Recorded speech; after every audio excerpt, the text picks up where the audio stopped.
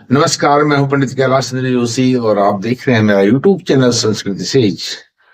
आज कुंडली मैचिंग के एक महत्वपूर्ण बिंदु पर बात करना जरूरी समझा है, इस पर चर्चा करूंगा। वह चर्चा है ज्येष्ठा नक्षत्र और भ्रांतियां। इससे पहले मैंने विशाखा नक्षत्र पर चल रही समाज में जो व्याप्त भ्रांतियां हैं उन पर एक वीडियो बनाई है, उसको भी आप देख सकते हैं। लेकिन आज का विषय है ज्येष्ठा नक्षत्र और भ्रांतियां। ज्येष्ठा नक्षत्र क्या है? यह गणनांत नक्षत्र है और गणनांत नक्षत्र में भी जो यह ज्येष्ठा का गणनांत नक्षत्र गणनांत संज्ञक नक्षत्र है, इसका जो चतुर्थ चरण है वही चतुर्थ चरण गणनांत में उसकी गिनती होती है, वही गणनांत दोष से युक्त है। और बाकी जो 3 चरण होते हैं ज्येष्ठा के, पहला, दूसरा, तीसरा, वह दोष मुक्त है, दोष से रहित है। यह बात समझनी चाहिए। और दूसरा क्या है, जो ज्येष्ठा नक्षत्र है यह पूरा नक्षत्र वृश्चिक राशि में आता है और वृश्चिक राशि जल तत्व की राशि है।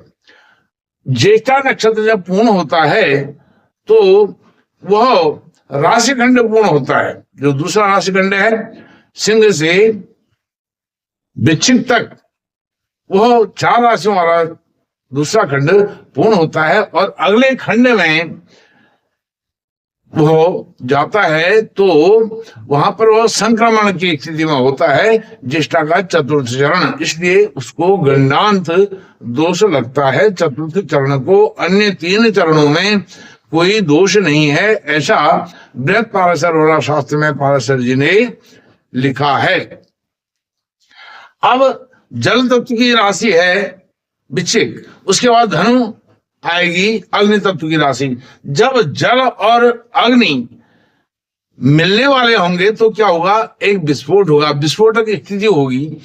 इसीलिए गणनांत नक्षत्र इसको बताया गया है, उसका भी चतुर्थ चरण किसका? ज्येष्ठा का। और इसके बाद जो मूल नक्षत्र आरंभ होगा वह भी मूल नक्षत्र का पहला चरण ही गणनांत दोष से युक्त होता है, गणनांत दोष देने वाला होता है। इस बात को समझना चाहिए।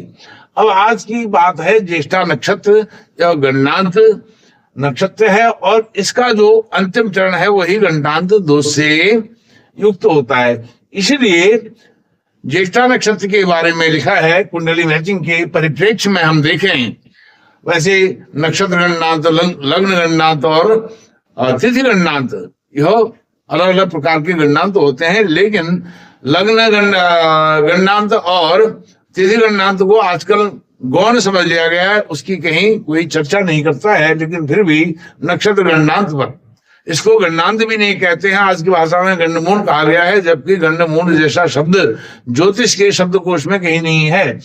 तो कहना चाहिए कि इसमें पाराशर जी ने बृहत पाराशर होरा शास्त्र में लिखा है ज्येष्ठा नक्षत्र जा कन्या, ज्येष्ठा नक्षत्र जा कन्या विनिहंति धवाग्रजम। और पीयूष धारा मुहूर्त चिंतामणि में इसको और सरल कर दिया गया है। धवाग्रजम को भर्तु ज्येष्ठ भ्रातरम हंति, भर्तु ज्येष्ठ भ्रातरम हंति। अर्थात जो भर्तु अर्थात पति का जो ज्येष्ठ भ्राता है उसके लिए यह हानिकारक होता है।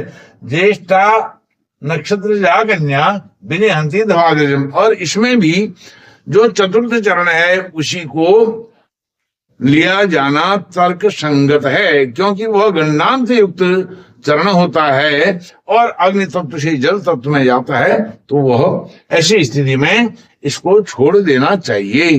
अर्थात यदि जिस व्यक्ति का, जिससे उस कन्या का विवाह हो रहा है, उस व्यक्ति का ज्येष्ठ भ्राता है, तो ज्येष्ठा के अंतिम चरण वाली जो कन्या है उसका विवाह उस व्यक्ति के साथ नहीं होना चाहिए। यदि ज्येष्ठ भ्राता नहीं है फिर कर सकते हैं, कोई परेशानी नहीं है। अब इसी को कन्या, जैसे मैंने विशाखा नक्षत्र में भी बोला था, उसमें कन्या शब्द ही आता है।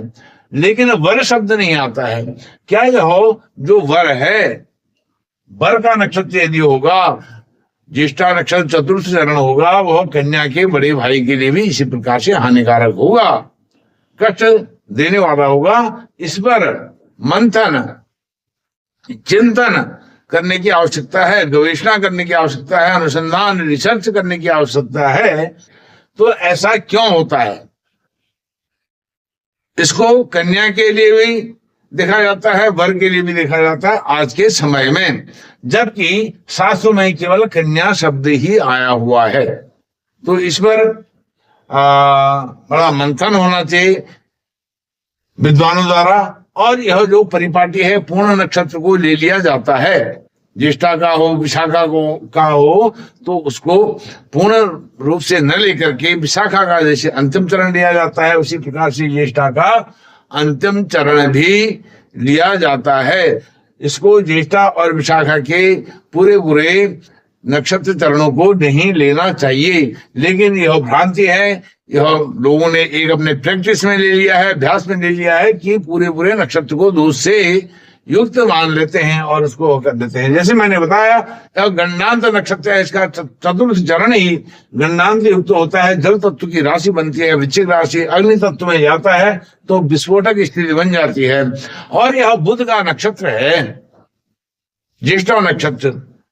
बुध इसको अपनी जो महादशा है वो महादशा देते हैं, और उसके बाद जो मूल नक्षत्र होता है केतु का होता है, अर्थात बुध नपुंसक है, केतु कैंची वाला है, इसलिए भी इसको कुतरने वाला है, नपुंसक है और कुतरने वाला है, दोनों की संधि है, इसलिए इसको छोड़ देना चाहिए, ऐसा इसमें दिया गया है। तो मैं अनुरोध करूंगा जो भी विद्वान ज्योतिषी इस वीडियो को देख रहे हैं वह भी अपना मंतव्य बताएं, अपनी गवेषणा बताएं, अपना रिसर्च बताएं, और इसमें क्या होना चाहिए, कैसे सुधार आना चाहिए समाज में, इसके विषय में एक डिबेट करने की आवश्यकता है, मंथन करने की आवश्यकता है, एक शुद्ध